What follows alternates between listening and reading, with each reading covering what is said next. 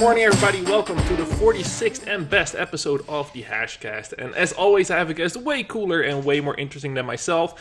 And today I have a guest who've done so much I don't know how to properly introduce her, but here she is anyway. Krysti Pryde, how are you? Hi, I'm doing super well. How are you? Good. It's an early morning recording. I don't do that often, but you gotta get the time zones worked out, and we're both Eastern time, so that's good. So, Christy, we're relatively new best friends forever. And every time I look into your bio and learn more about you, there's a new thing that pops up that you've done or that you're doing. So for everybody, including me this time, like who is Krysti Pryde and what is it that you do?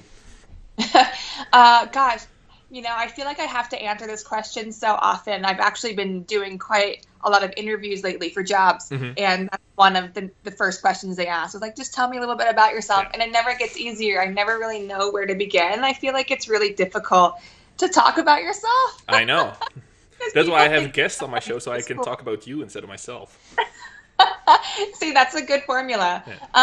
So, I've been in video games off and on different areas of gaming for about 10 years now, maybe over 10 years.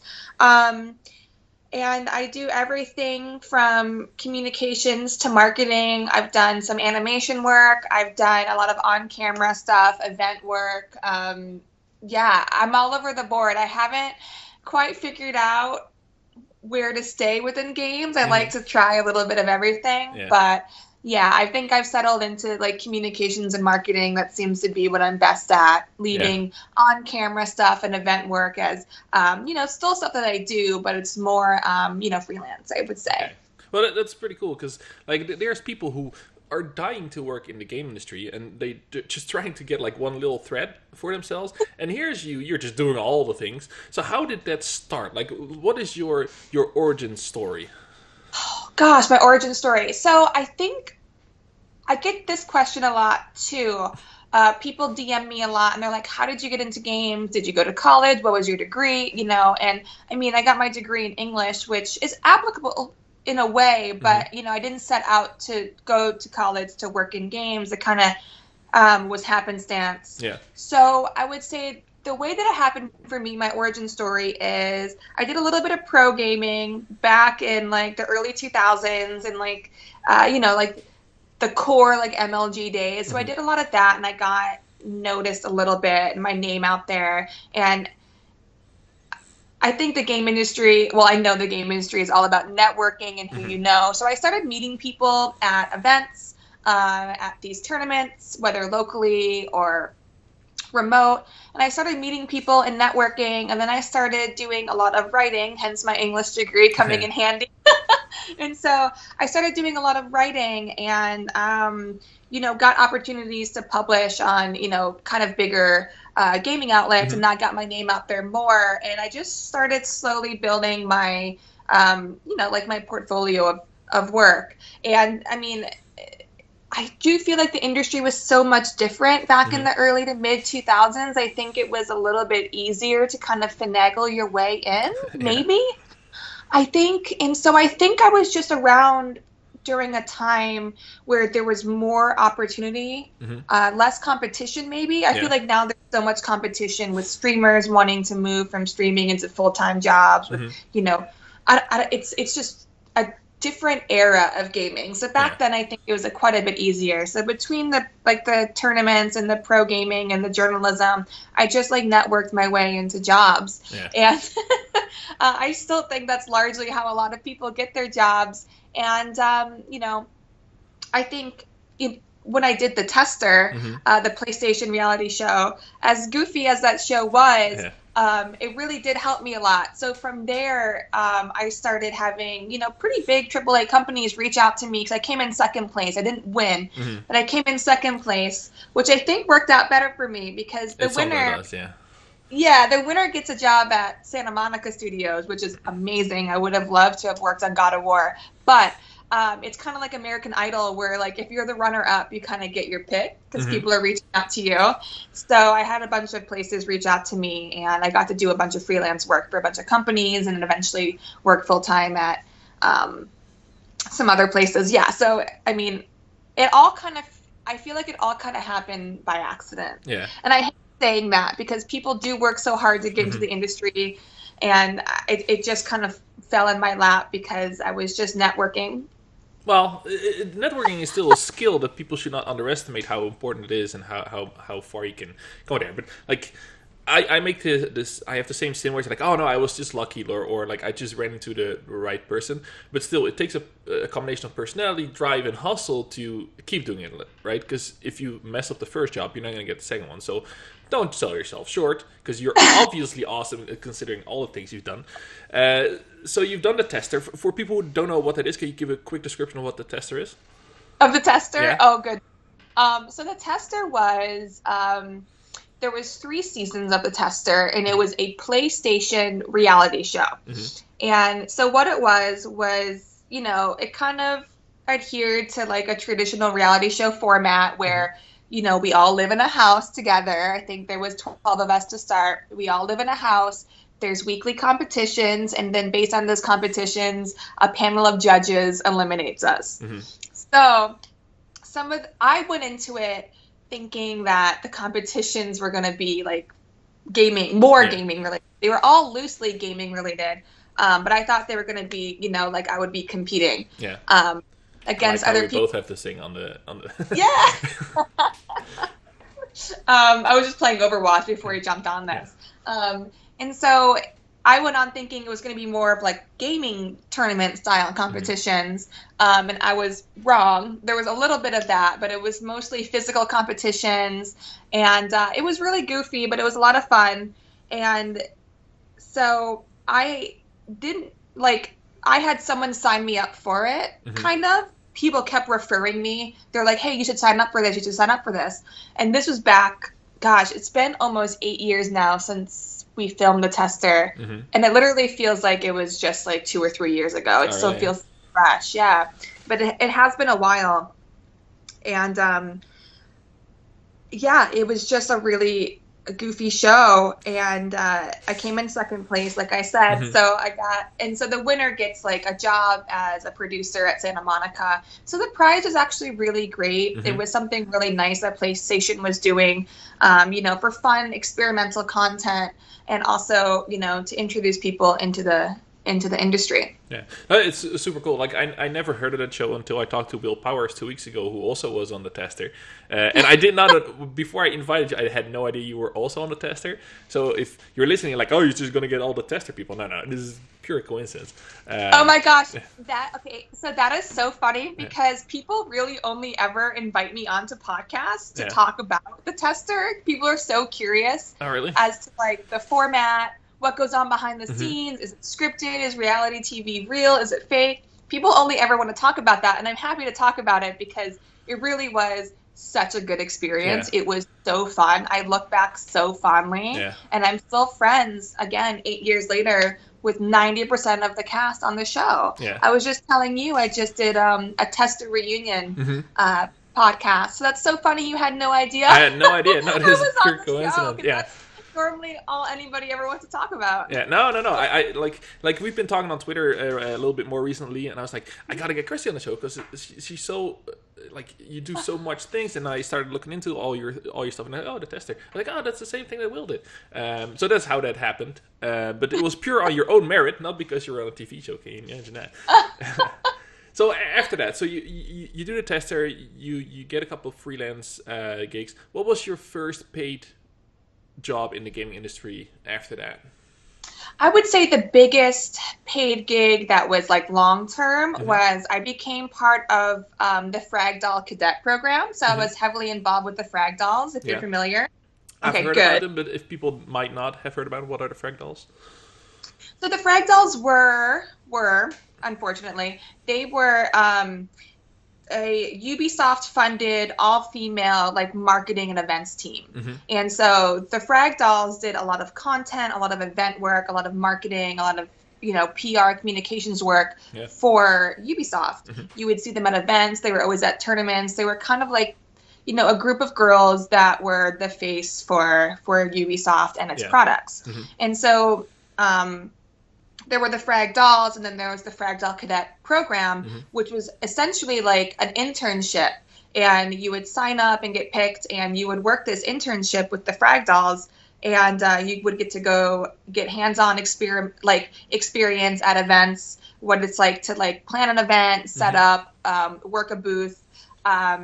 And there was a lot of behind the scenes, like administrative work that we did too. And it was like learning the ins and outs of social media, a lot of boring Excel administrative stuff, marketing stuff. So it was really a very broad kind of internship. Yeah. And so you got to touch a lot of things in the industry, which is why I say, you know, I got to do so much in the industry, and it was largely thanks to the Frag Dolls and Ubisoft. So I stuck around with that for a while and did a lot of stuff with the Frag Dolls and Ubisoft. And I would say that was my first big, like, okay, this is it. I can totally work in this industry. Because before I was doing like a lot of freelance stuff here and there, but that was the moment I kind of felt like, yeah, I can definitely do this, because I was so insecure as to whether I could work in games, you know, based on just, you know, being a gaming enthusiast. I didn't think that was enough, but turns out it's enough. Yeah, because they were recently disbanded, the Frag Dolls. Did I read something about that? A couple years ago, they disbanded, and it was really sad. I'm still kind of like low key hoping for a comeback or something. It's the right time for it. Yeah, but the Frag Dolls are amazing. I'm so glad I can say that I got to work with them. They really paved the way for you know, introducing women into the gaming industry, and they did so much amazing work in, you know, the early to mid 2000s, which again was such a different time for gaming. I'm old. I'm like almost 34, so I've been like around, and I've seen like I'm 37. I'm like, oh. Well, we're like in our 30s. That's you know, right. And right, a lot of, you know, I mean, there's obviously gamers our age, obviously, but I think, you know, a lot of people are coming into the gaming industry during the height of like streaming and stuff, which is totally different than how gaming used to be. So as with, you know, gaming, it evolves so quickly. Yeah. And so the Frag Dolls were definitely super important during a time where I think the industry really needed that. No, it's great. Like, I've read up on them a little bit, and like you said, it's a good time to bring that back. Ubisoft, I know you're listening. I've had a lot of people from Ubisoft on the show, so at least one of them is listening.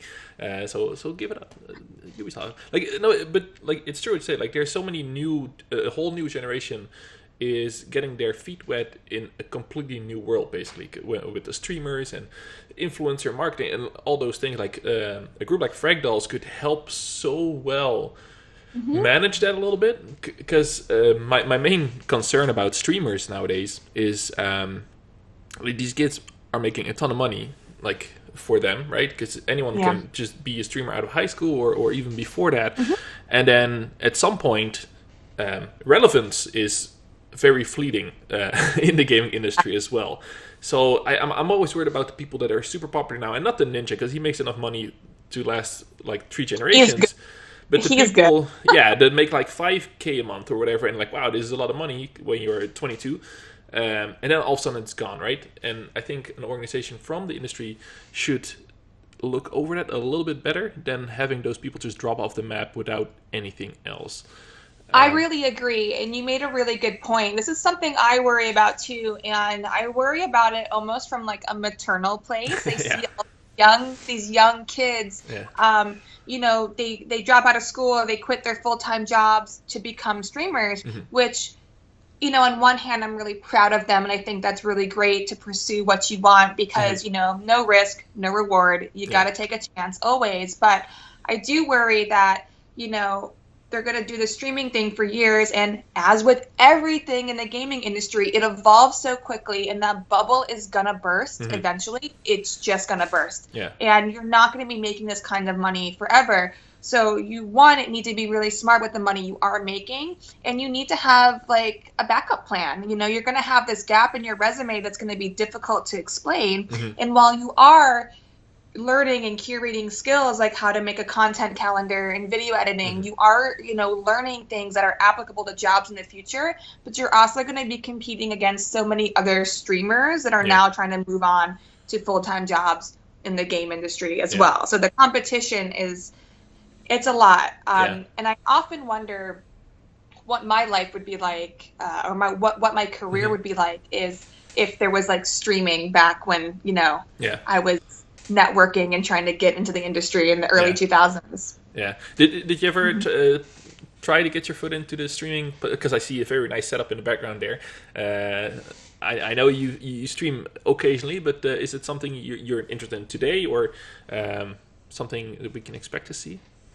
That's a good question, and it's a really good question because I've been thinking a lot about it lately, more than ever. Yeah. And so for me, I have really hot and cold feelings about streaming. I love watching other people's streams. I go and support all my friends who stream, like Mel Mac, Austin Marie. I love going in and just sitting in their streams. I have them on in the background. It's like I'm hanging out with them while I'm doing work on my computer. Yeah. I feel like because I do work, 9 to 5, I work full time in the game industry, and I'm at a computer all day, working on games, that kind of the last thing I want to do when I go home is go and sit again at a computer for another couple hours to play games in an atmosphere where I can't be holding myself. Like, I can be myself, but you always have to be on, I do on-camera work at events and stuff,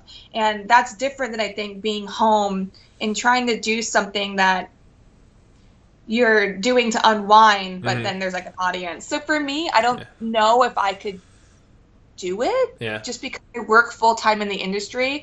And I just don't think I would be great at it, because I come home and I play video games. Like, I'll play Overwatch and I unwind and no one's watching me, so I'm fully into it. I have tried streaming before, and I do have a Twitch channel that I was growing, and it was growing pretty quickly, but I'm just a 34-year-old and I have so much to do. I know.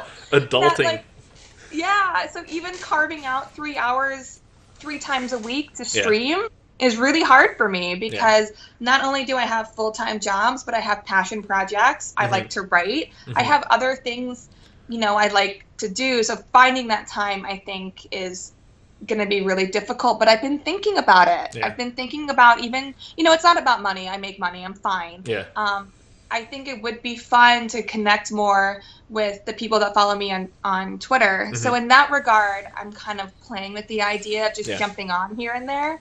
But I think as an adult, it would be so hard to commit to a schedule, and I don't know. If that would be, I don't know. I feel you. I find it so extremely hard to stream. Like, I've tried, but I only stream Dragon's Dogma, which is a game apparently only I like. But it's the best game in the world. But yeah, it's hard to keep engaging that audience, because for me, the podcast is easy. I get interesting guests, I let them do the talking, and I just ask smart questions every now and then. But to streaming, like you said, that constantly be on, it's a job, right? And if you, like you said, you overdo 9 to 5, to add another 4 hours, because if you only stream for an hour, then people are just going to move on. Man, respect to streamers who are extremely good at this and do besides a full-time job. Agreed. And I can see why so many of these streamers quit their full-time jobs to pursue this, because it's really difficult to balance both.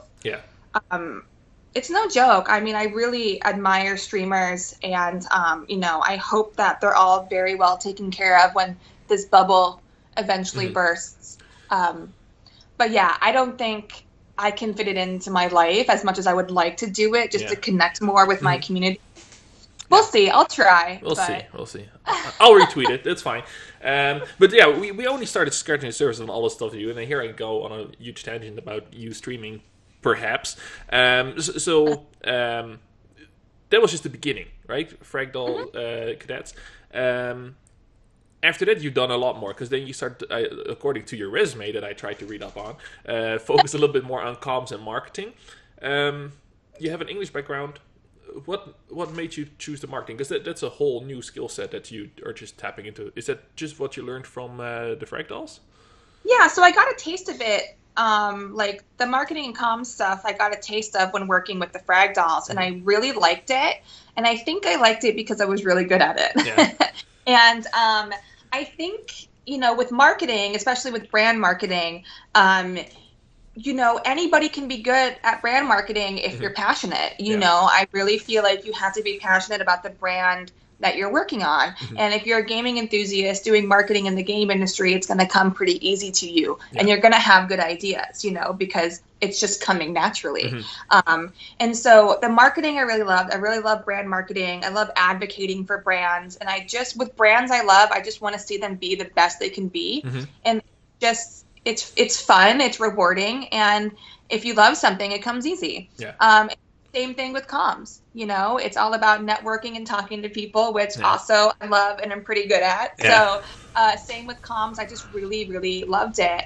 And event work. I love going to events. I love, being on stage. I love being on camera. It comes easy to me, which is lucky. And so, I just feel like it comes easy and I'm good at it. So that's the path I decided to pick. I wasn't sure really what I wanted to do in gaming, whether it was be like a producer or marketing and comms or, I even played with the idea of going back to school and like coding. And that's something I still think about. I think if I'm going to, carve some time out for anything else in my life currently, it would be to learn, how to code even just a little bit. Because I'm so impressed by people that can do it. Sure, why not add a whole new skill set on top of everything you already do? Because I also read you are an indie game champion. And is that where this coding thing comes from, or is that just? Yes. So I love indie games. I love seeing what a small team of people can do. And I would love to one day, go to like a game jam and create a game in like 72 hours. You know what I mean? I would love to do that. I would love to maybe even get better at coding or animation and, create in the course of a year, like my own indie game. That's something I would love to do. It's like on my bucket list. This is a super easy question to answer, obviously, but what's the game you would make? Like, what has your interest when you see all the because you can do so much, right? In indie games. What's your dream game? Okay. So there's two games I really love that I think I would kind of like bite the format of those games if I was going to make a game. One is Battle Block Theater. Never played it. Okay, look into it. It's fun and it's co-op. Okay.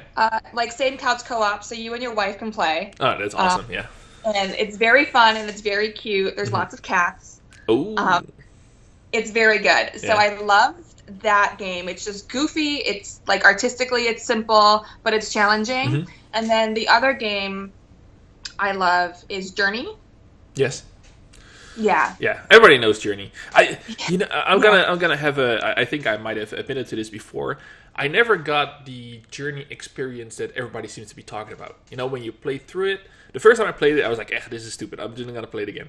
And then I was like, everybody was like, no, you have to get that. It's such an emotional journey. So I was like, okay, I'll just give it another shot. And then I finished it, and it just never came. That maybe I just didn't have the right the mindset. But what is it about? Please explain to me. What is it about Journey that makes people like break down and sob over how fantastic it is? Because it never clicked for me, that game. Yeah, well, no worries. Not every game clicks for everybody. Not everything is for everybody is what I always say. So when I see people getting mad about this game sucks, well, it's not for you. Yeah, clearly. Yeah. So, but plenty of other people like it. Just because it doesn't resonate with you doesn't make it a bad game.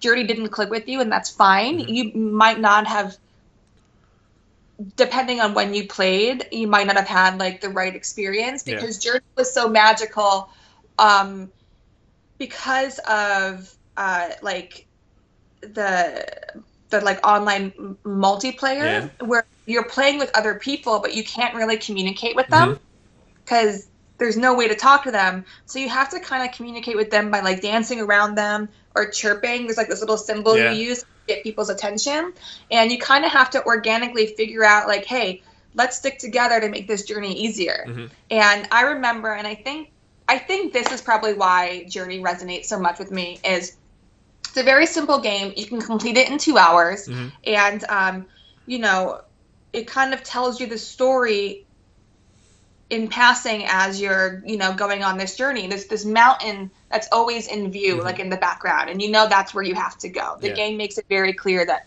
you go there, this mountain with a glowing light. Yeah. And, you know, spoiler alert for anyone who hasn't played Journey yet. Yeah. You know, you don't make it, you die. Yeah. But that's the thing. It's all about like life and death. Mm-hmm. And I remember my second playthrough, just to see if I get it done faster, I'll live. You know, trying to figure out, is the point of this game that you die and then you like, you know, go to heaven or wherever you go at the end.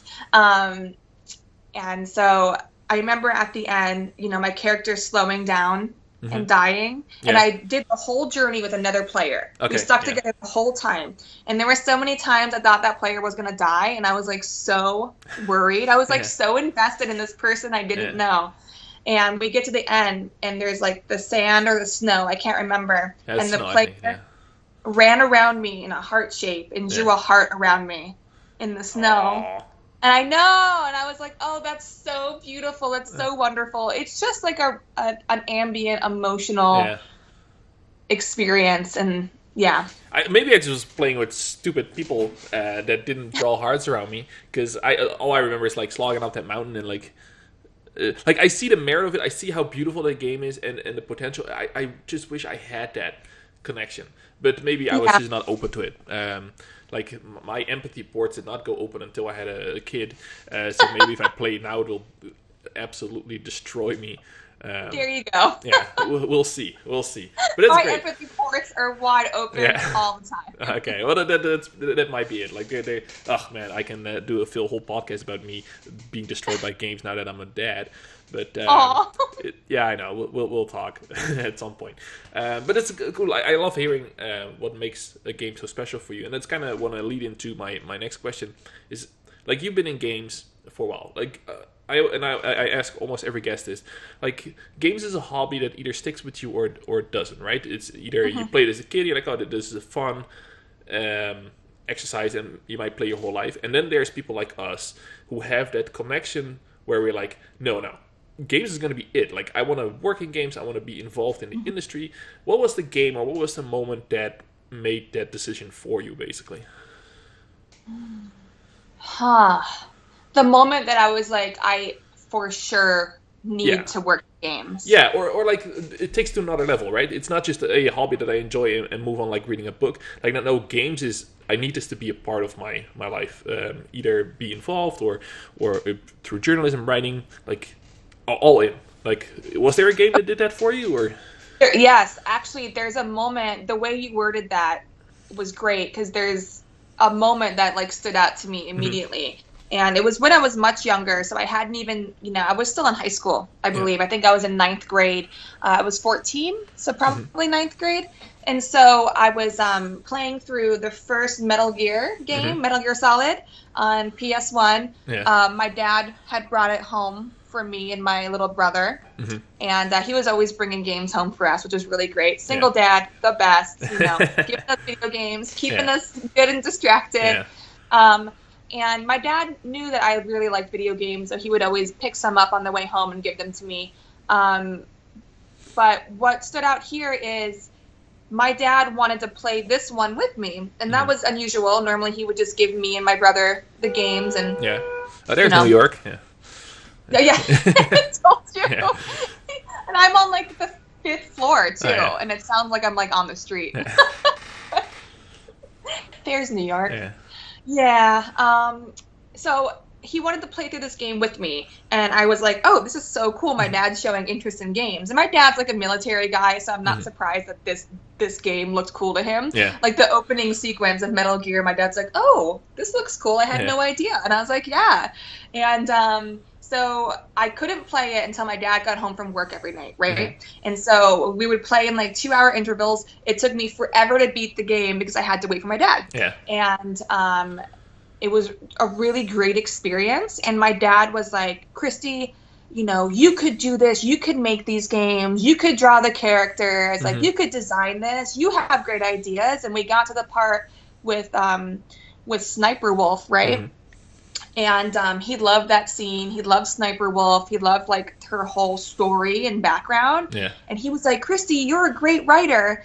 I had won like all sorts of awards in like middle school for my writing, which is like nothing, but you know, as a dad, he was like, you're the best writer in the world. Yeah. And he was like, you could write stories like this. Mm-hmm. And that's when I was like he was just pumping me up like so much to make games that I remember that's when I was like, I really want to somehow work in games. Yeah. Somehow. I don't know how. And I feel like most people feel that way. We all want to work in games. Yeah. We just like don't really know how yet. Yeah. And so my dad pumping me up during Metal Gear was like definitive to my origin story, I think. I love that though, because like games can to me is about the same. Like it's a hobby you can play, you can kick back and relax.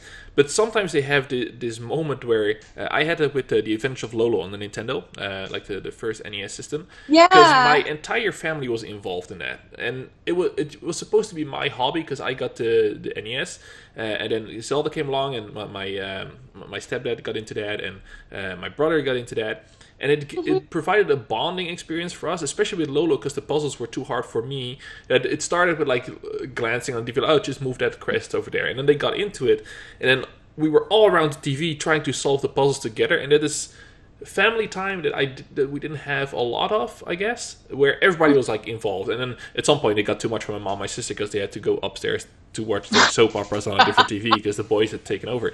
But it's just when you see the power of games, how that actually can bring people together, and now it's even better with online and on the internet. It's just fantastic. So I'm always curious to see like what is that hook? You know, what game had that hook for you? But I love that story. That's a great story with your dad and Metal Gear.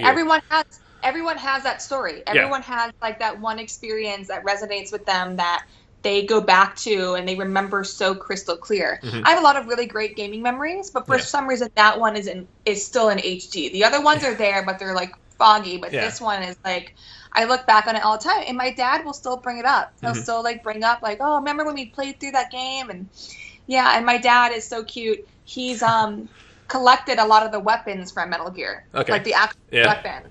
Yeah, so he's like a collector and legally collecting all of these wonderful weapons from Metal Gear because that game affected him in such a way that he wanted to collect, you know, a piece for himself. It's just a very cute, that game means a lot to like me and my family for sure. I love it. That's such a great story. It's like our geek version of going fishing with dad, right? You're playing Metal Gear. Yeah, that's a really good way to put it. Yeah, no, I love that. No, it's fantastic. So, like, here you are, this little girl that now is going to work in games. You go on a tester, you get your job. You've done so much since then. Like you said, you've been on screen, you're on talent, on stage. You've touched games, you want to learn coding. Like, there's so much. Are there still moments where you're like, wow, that little girl, if she could see me now, is going to have her mind blown? Oh my God, Yes, I think about that all the time. Mm-hmm. I, by no means am crazy successful in games, but by my standards and by like 14-year-old Christy standards, I'm like crazy successful. Yeah. And I'm like, I don't take it for granted. I know that I'm thankful. I know that I got into games at like the right time by being a little bit older. Mm-hmm. And I do feel so fortunate. I've been given so many great like foot in the door opportunities by so many people in the industry, and I think about it all the time. I like never ever take my career or any of my successes for granted, and I always think back to like it like makes me a little bit emotional when I think about it.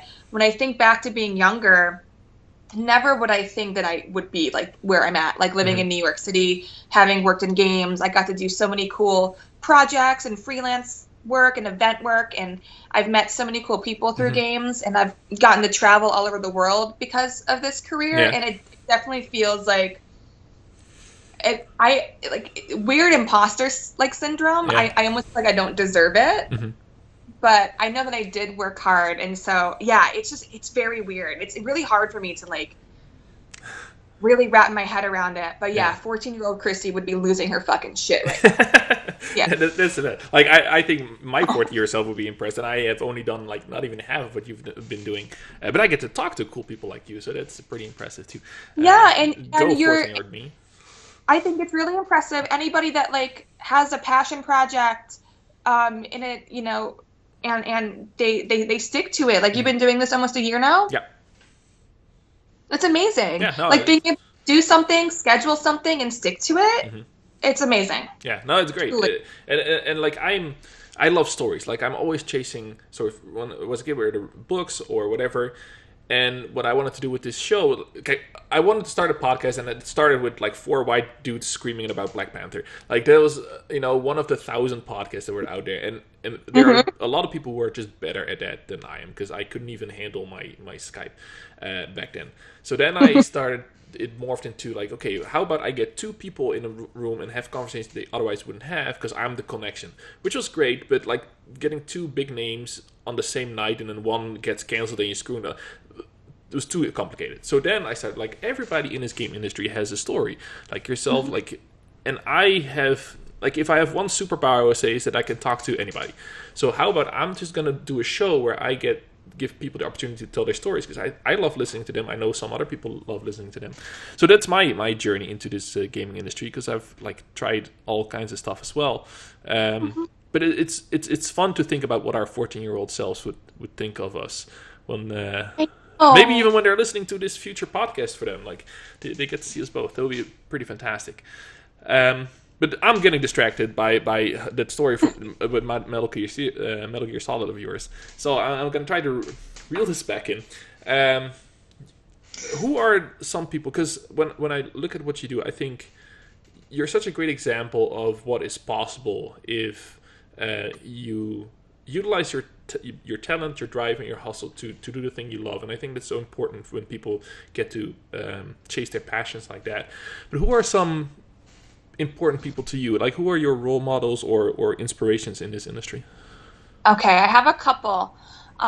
So 2 of my role models growing up, like through my 20s, would be Kiki Wolfkill, for her work on Halo, and she's just a badass. Yeah. Like, follow her on Twitter, Kiki Wolfkill. She's amazing. Yeah. She's done, I mean, her whole entire career is amazing, but her work on Halo resonated with me as a huge Halo fan. Yeah. And she's also just a badass. Yeah. So Kiki Wolfkill for sure, and then probably Kim Swift.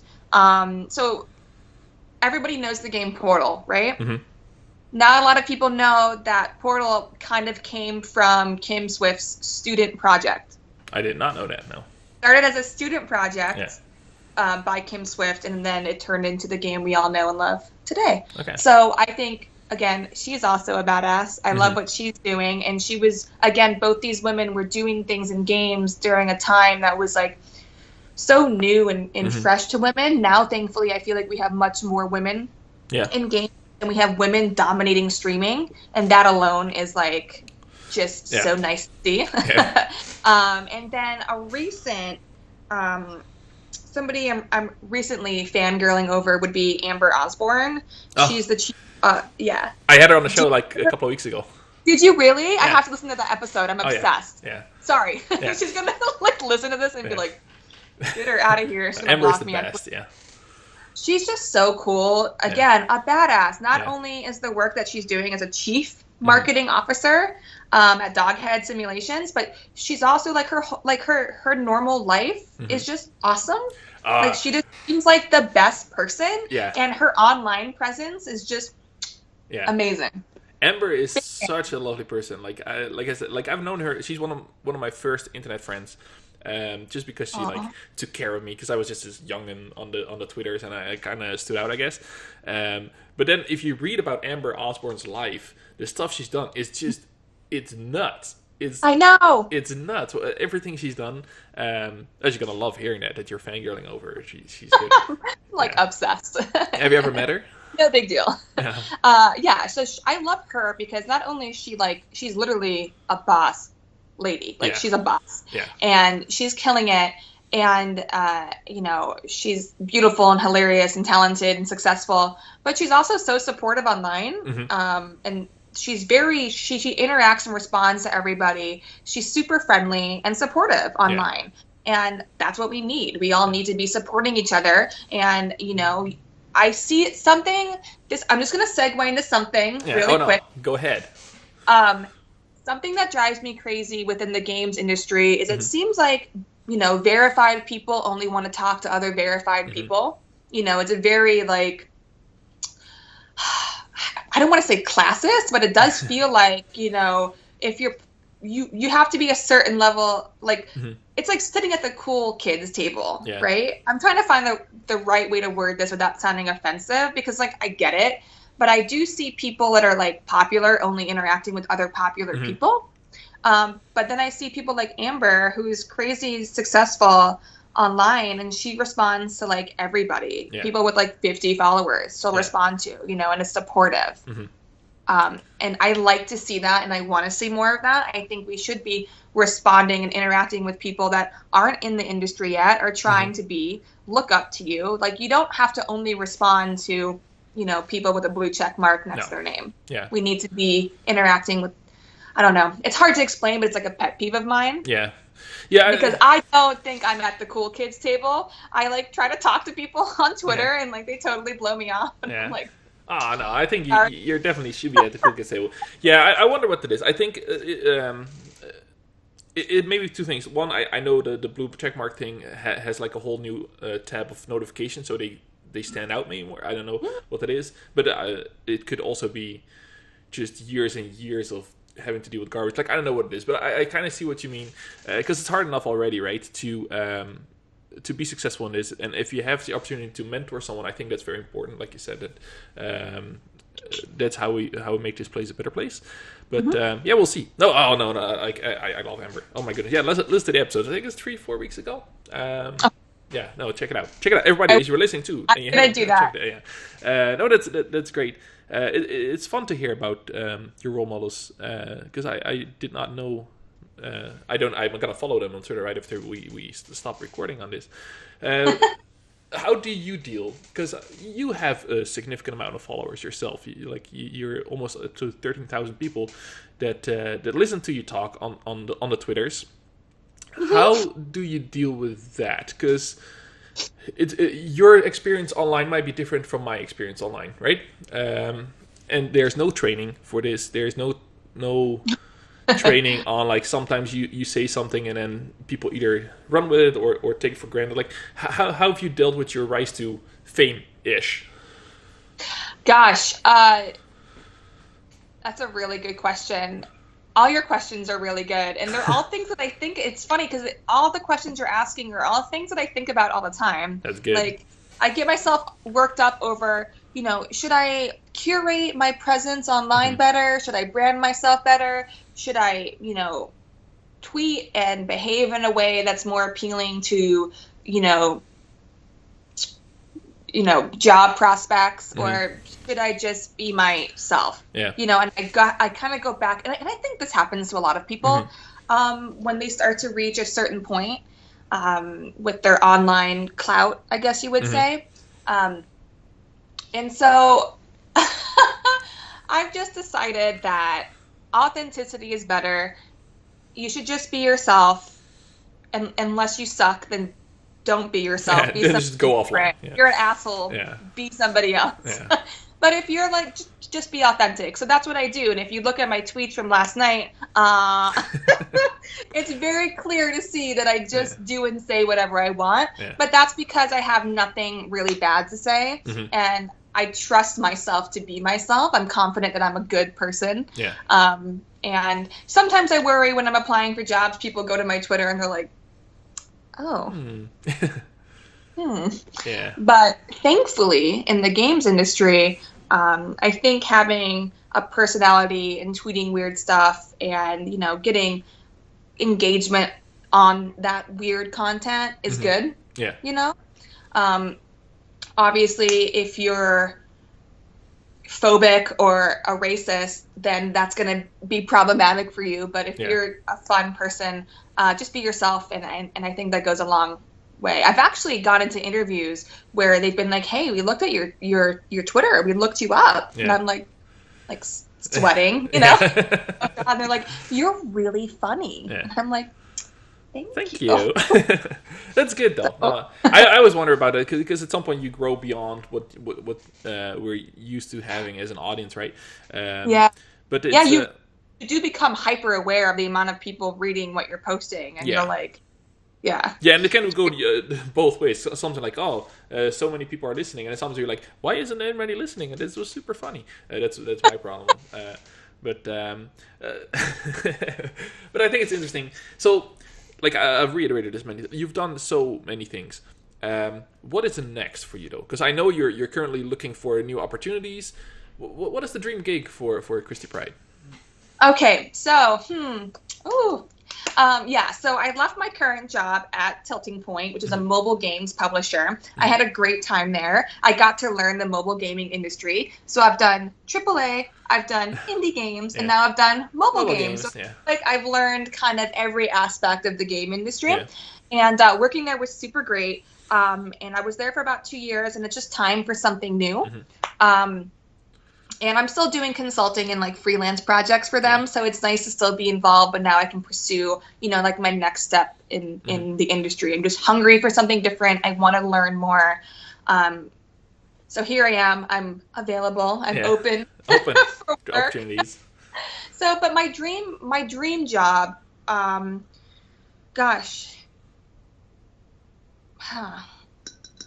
So my pie in the sky dream jobs. Right? Yeah, let's go for pie in the sky. I like that. Yeah.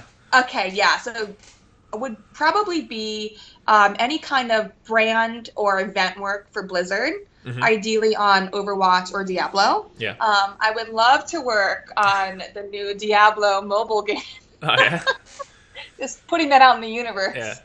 I do actually really, really love mobile games. Yeah. I know that's like a divisive topic within gaming, but I was excited about. Yeah. We'll talk about mobile games after you're done with your pie in the sky story. Yeah. So, I would love to work for Blizzard. I mean, I'm a huge World of Warcraft person, huge Diablo person, currently a very big Overwatch person. I'm obsessed with the Overwatch League. Yeah. Super into that, which brings me to my next pie in the sky job, which would be working for NYXL, which is the New York Excelsior team for the Overwatch League. Okay. They're actually based in New York. I know a couple people that do work there. They're still building out their team and stuff, but I would like to eventually work for NYXL because I'm definitely interested in working more in esports and checking that box. Yeah. There you go. It's like game industry, like bingo. I'm just like checking all the boxes. Yeah. So NYXL, I would love to work there and do some work in esports, maybe doing like marketing and comms for them. And then, anything marketing, comms, event related for Blizzard. Those are like my pie in the sky jobs. That's pretty good. I don't think I have any strong connections in the Blizzard biz. Well, it's just maybe one or two, but it's also comms and PR people. But you never know. Follow the right people. That's how it works. Tag them all in this podcast, and we'll see what happens. But that's pretty cool. But no, I love you just briefly mentioned mobile games is very divisive. I love mobile games. Like my brand when it comes to video games is 2 games: Dragon's Dogma, which is the best game in the world, and the best mobile game in the world is Sausage Bomber, which I shill for every time I have the opportunity. I love that game. That's so good. Yeah, I spent 100 hours on that game. Gosh, I love that. Yeah, Katsu Games, check it out. It's only $2, and you get to throw sausages at tanks, and then they explode. It's a fantastic game. I love mobile games so much because there's such a variety, and there's so many free-to-play games that are truly free-to-play. There are games that have paywalls, but I mean, for a free game to play while you're commuting or waiting around somewhere, mobile games are great for that. Especially I really love the hyper casual genre of mobile games, because it's opened up gaming to such a broader audience. People's grandparents are playing Linguinis or Candy Crush. Yeah, you know what I mean.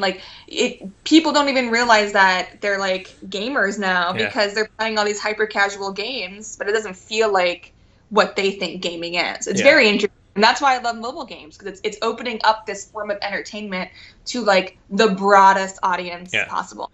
Yeah, my mom is killing it on Candy Crush. Like, and Yeah, if I would ask her, like, so you play games, she'd be like, no. Like, how about your iPad that has like grooves in the screen now from all your Candy Crushing? It's funny. No, it's true. It made it so accessible for people, and it's going so far. Like now, you can stream your PlayStation 4 to your mobile game, and you can play the whole game. So everything is there. That you, like, I'm not saying it's great for some games, but like. We're getting to the point where mobile games can be huge. I think people are just upset about the 99 cents game where they have to spend $100 extra to finish it. But you could also just not play the game and play any of the other billion mobile games. But that's great. So that's a little checkbox. So Blizzard is the next big checkbox for you. Who knows? Would be great. Esports is interesting too. Everything about shoutcasting? Are we gonna see you on the stage? Shoutcasting. I don't know how great I would be at shoutcasting. Just because I'm so silly. I don't think there's a lot of room for silliness in shoutcasting. But I would like to host. I could do like commentary. Yeah. I could interview the players afterwards. Easy. Have some fun with that. I'm better on camera when I have a back and forth with somebody, when I'm interviewing them, when I'm on stage, something like that. But I think shoutcasting, you have to be very Yeah. Very composed. Well, I don't know. Seeing what you've done, I'm pretty sure you can pull it off. But we'll see where we can enjoy your face on whatever you're gonna put it on. Shit! There goes the iPad. There's my iPad. That's a thumbnail right there. Like. I got it. Okay, that's good. So I have a slightly. There we go again. Okay, I'm good. We good? Okay. Yeah. I'll try not to sneeze and then blow it over on your end. So I'm trying a new segment. It's been week 3 on it, but it's important to me because I'm big on making the world a better place, and I try that by uplifting people or uplifting stories that people should hear. Is there anything you would pick, that something you created or put into this world, where you honestly believe, like, okay, this is my version of making the world a better place? Yeah, actually, something comes to mind. So this happened primarily post-tester. So after the tester, I started getting a lot of DMs on Twitter and then on Instagram from younger people, mostly in their teens, mostly women, some younger men as well, messaging me about, how can I get in the games industry? Like, what did you do? And like basically asking me for advice. And I made sure to, and these were a lot of messages, and I was really surprised. It was kind of, I don't know, something that happened after the tester that I wasn't prepared for. I didn't think anybody was going to reach out to me. And so I was getting a flood of all these messages, and I made sure that I answered every single one. And a lot of these conversations grew into like almost a mentorship. And I've been talking to some of these young women and men for about 8 years now. Yeah. And I have seen them go from like little teenage nuggets into people that are like streaming now, or, going to school at like for game design, to seeing some of them actually get their first jobs in games. Yeah. So that has been a really interesting thing for me to be a part of, because I'm still in touch with them, and they totally credit like my warmth and openness to talk to them, to like them being in games. And I'm not taking credit for their success. They did it themselves, but I do feel like that was my way of giving back. It was just making sure I was responsive to these people who were messaging me. And I still feel that way. I still really try to be responsive to anyone who DMs me. And people, and I've tweeted before, like, send me your resumes and I'll give you my feedback, and etc. And people will send me their resumes and I'll give them my feedback. And any way that I can kind of help give back in that regard, I try to do. So I just try to be very available for people that kind of want to do what I'm doing, or work in the industry, however, or just need advice or someone to talk to. I just try to make myself available, and I really feel like that's the least I can do. I wish I could do more, but no, I think that's great. I think that's great, because you even show up on my little tiny show on the YouTube, but just because you are accessible, you're so friendly, and like, you're so great to have around in the industry, and I think that young people, especially young girls, when they're watching someone like you succeed by just being themselves and working hard, being successful, is just such an important message to put out there.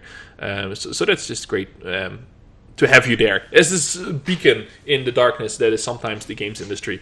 Absolutely, and I think we need to continue this like pay it forward momentum because when I was younger, that's who the Frag Dolls were to me. They were like my beacon, my light, and I looked up to them, and then I got the chance to work with them, and that solidified my career in the games industry. So now if I can be that person to anybody else in the position that I was in, again, it's literally baseline the least I can do. Yeah, that's cool. Have you ever heard of the Pixels? They're here in Montreal. No. They do workshops for to get girls into gaming and game development. Just check them out. They're very cool. If you're planning that Canada trip and come out east once, I'll hook you up with Organize. They do fantastic work. It might be interesting for you. Interesting connection to make. So I have one last question for you because I want to hear the most mind-blowing stories that you have. Like, you've been around, you've met a lot of people, you've seen a lot of people make amazing things. What was the one time where you were like, I cannot believe this is real life in everything you've done? Oh, I can't believe this is real life. Okay, let me think. Or maybe your real life, where you're like, I can't believe this is happening to me. Like, throw all the imposter syndrome out the window. Like, I cannot cope with how awesome this is that's happening to me right now. Okay, I have one story. It's more of a funny story, but still I love funny stories. Okay, so let me tell this one, and maybe I can think of like another one because I've had so many. Okay, so now I have some stories coming to me. I'll tell the first one. So this was my first E3 in 2005. Yeah. I was 20 years old, so not old enough to drink, which means I was not old enough to go to most parties. Yeah. But, your girl has her ways. Yeah. Back then, I didn't even drink either, which was the funniest part. So me and the people in the company I went with, were totally sneaking me into both the PlayStation after party and we went to like the NVIDIA after party, which was amazing. So I'll tell this one story first. The NVIDIA after party at E3 2005, it was, I think, the first real high production after party I went to in the games industry. 20 years old. Mind blown. And so I walk into this, so I'm waiting in line to get into the NVIDIA party, and somebody is like in the street going crazy, like where the line is formed. Someone's like throwing bottles and screaming, and everyone's like, what the fuck? Is that guy okay? Yeah. And we're looking, and we're like, oh, that's Johnny Knoxville. Oh, God. Just doing him? Knoxville things. Yeah, and I just remember being like, this, and he had like gotten thrown out from the party, I believe, for like already being super wasted or just being himself. I don't know. It was really funny. And I just remember being like, oh my God, this is so crazy. Yeah. And then I walked into the NVIDIA party and it was just gorgeous. I just remember like all the free stuff they were giving away, and they had like the NVIDIA mermaid girl there, and it was just like, just felt like a dream. Yeah. So that stands out. And then same E3, the following day, I think we snuck into the PlayStation after party, which was at Dodger Stadium. Yeah. And it was a huge after party. I haven't really been to a party like this scale in a while. And so the PlayStation after party, we got a ton of awesome free stuff. We were in Dodger Stadium, and I remember Jimmy Eat World was playing, and to me, that was like, I'm like an emo kid at heart, so when Jimmy Eat World started playing, I just lost my mind, and I was like, I can't believe I get to be here. Like, I snuck in, but I'm still here. I made it to E3, and now I'm at this after party, and like one of my favorite bands is playing, and it just felt really, really surreal, and I was just so young that, now looking back, like I've been to so many after parties now that I usually now just skip the after parties and go back to my hotel early and get room service because your girl's old. Yeah. But at the time, that was so exciting to see that like this is what my career could be. I was like super romanced by that. But now moments that stick out to me are when I get to travel. I got to go to Romania last year, and I got to go to Scotland to work with developers on, I can actually say, a Warhammer game. Okay. Because it is soft launch now. Okay. But I got to go to Scotland to work with Hunted Cow Studios. Amazing studio, amazing people. I got to hang out in Scotland for a week working with developers on their game, working on a go-to-market strategy. And to me, I was like, this is what I want to do.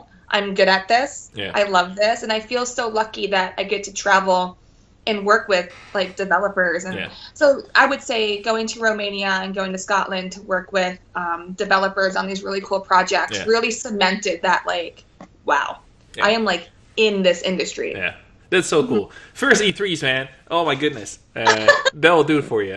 My very first E3 experience was at Bethesda Land 2016, I think. And I couldn't get in the press conference because I didn't have a pass. It was my very first E3. You kind of try to hustle your way through. So I was standing in line throughout for 3 hours while the press conference was playing, so we could just hear the stuff inside. And there was this guy standing next to me, and he had a story for everything, and it kind of became a joke with me and my friend. Whatever. But eventually the party opened. They were like, okay, everyone with a pass can come to the party.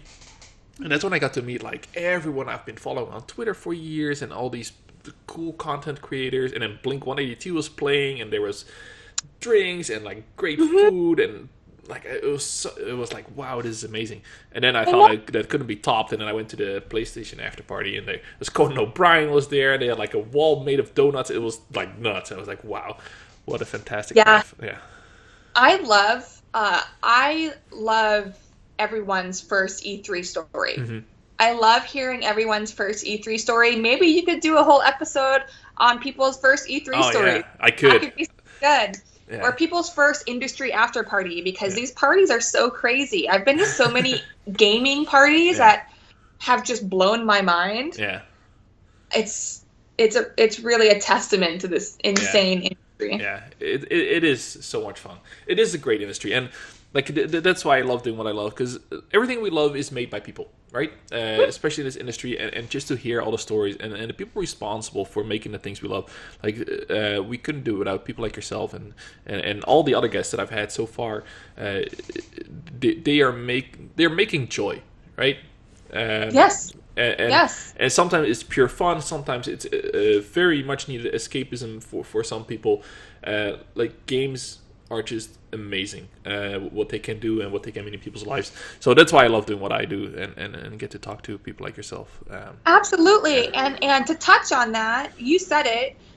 I mean, anybody that's doing anything in the game industry is creating joy, whether you run a podcast or you do marketing and comms or you're a streamer. You're adding to the industry, and you're creating content that makes people happy, and you're creating content that motivates people to give back as well, to do the same thing as you. And I think that's really great, and I feel like that's one of the most standout, wonderful things about the game industry in particular is everybody has the ability to contribute. Yeah. You don't have to, work at a studio and, coding to be a game developer.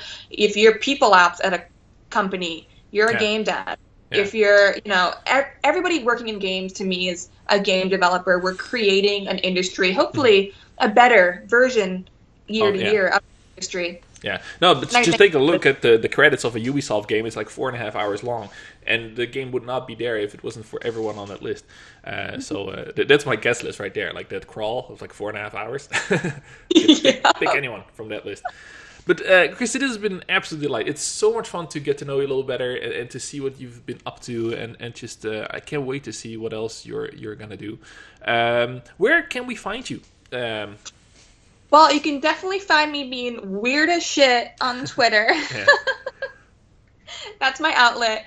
And so everything is at Krysti Pryde, my Instagram, my Twitter. I don't really use Facebook. And then I have Krysti.online is my website. So you can go and see my professional resume. I have some event work up there, my photos, and then a lot of articles. I do a lot of writing. And so I've been transferring all of my old published articles over to this new website. Yeah. So you can go and read those. Yeah. Krysti.online is kind of like the hub, and it'll lead you to anywhere else I'm at. Yeah, no, great articles too. You're a fantastic writer. On top of everything else that you do, praising you way too much. It's like thank you. Christy praise at this point. Is there anything like I always like to close off on podcast and shill? Is there anything you want to shill for? You want to promote? You want to plug for yourself or anyone else? Just listen. If you're a company looking to hire somebody, I like it. I'm your girl. Yeah. If Blizzard's listening to this, I'm your girl. You should. I think Blizzard's the only company I would relocate for right now. I really love New York, and I'm hoping to stay in New York, but there's not a lot of games work to be done here. No. There's some, but I think Blizzard's the only company I would relocate for. Okay. So if you're listening, I'm ready. Okay, cool. We'll make it happen. We'll put it into the universe, make it happen. That's fantastic. Everybody should go follow you because you're hilarious and read up on your stuff and see everything you've done. And for myself, I am the Hashtagonist, and this is the Hashcast. This is my show where I have cool guests like Christy every week. So tune in this time and next time. And until then, I'll hopefully hear from you again.